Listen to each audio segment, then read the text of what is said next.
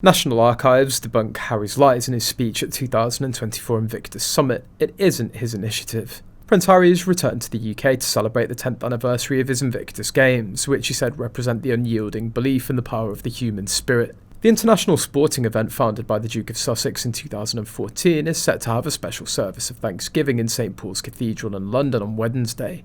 Harry paid tribute to the Invictus Games family's commitment, enthusiasm and belief during a one-day summit called the Invictus Games Foundation Conversation, which was held at the headquarters of the Honourable Artillery Company.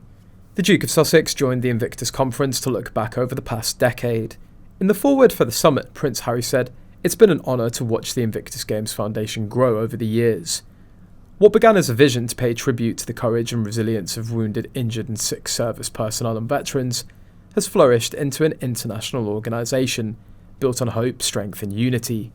Also, Harry told the Invictus Games origin story again. Prince Harry helped found alongside Sir Keith Mills, an entrepreneur who helped to organise the 2012 Olympic Games in London. But during a panel discussion with Mills at London's Honourable Artillery Company, the Prince said that when they first started planning for the 2014 Games, he wasn't positive that it was going to work out. Harry mentioned that he first got the idea for the Games during a 2012 trip to the United States, where he attended the Department of Defence's Warrior Games. Upon his return to England, Harry decided that he wanted to expand on the Warrior Games model. It was stolen from the Americans and made bigger and better, as he described it. He reached out to Mills and over a cup of tea, they decided to take the project on. "We had this idea and not much else, frankly," Mills said of the early months of work on the Games. "It wasn't called the Invictus Games then, we had no money, we had no people. We just had a very good idea."